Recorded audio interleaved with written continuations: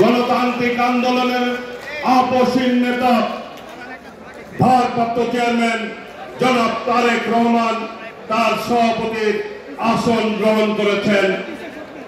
সকলকে যার যার আসন গ্রহণ করার জন্য অনুরোধ করছি। আনুষ্ঠানিকভাবে আমাদের আজকের এই বর্ধিত সভার সভাপতি বিএনপির ভারপ্রাপ্ত চেয়ারম্যান জনাব তারেক রহমান ইতিমধ্যে আমাদের মাঝে উপস্থিত হয়েছেন।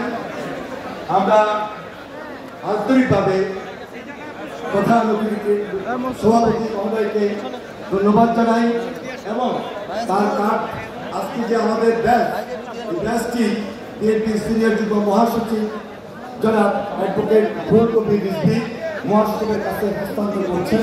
পাশাপাশি আজকে প্রধান অতিথি এই বর্ধিত সভায় আপসীন দেশের প্রিয় বেগম খালেদা জিয়া, আপসীন দেশের প্রিয় বেগম খালেদা জিয়া তার প্রধান অতিথি কার্ডটিও বিএনপির সিনিয়র যুগ্ম মহাসচিব অ্যাডভোকেট ফুলকপি রিজভী মহাসচিব মহোদয়ের কাছে হস্তান্তর করছেন।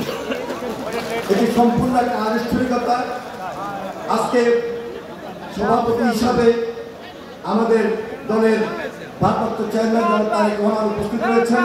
এখন এই অনুষ্ঠান পরিচালনা করার জন্য আমি অনুরোধ করছি বিএনপির প্রচার সম্পাদক সুলতান সালাউদ্দিন টুকুকে।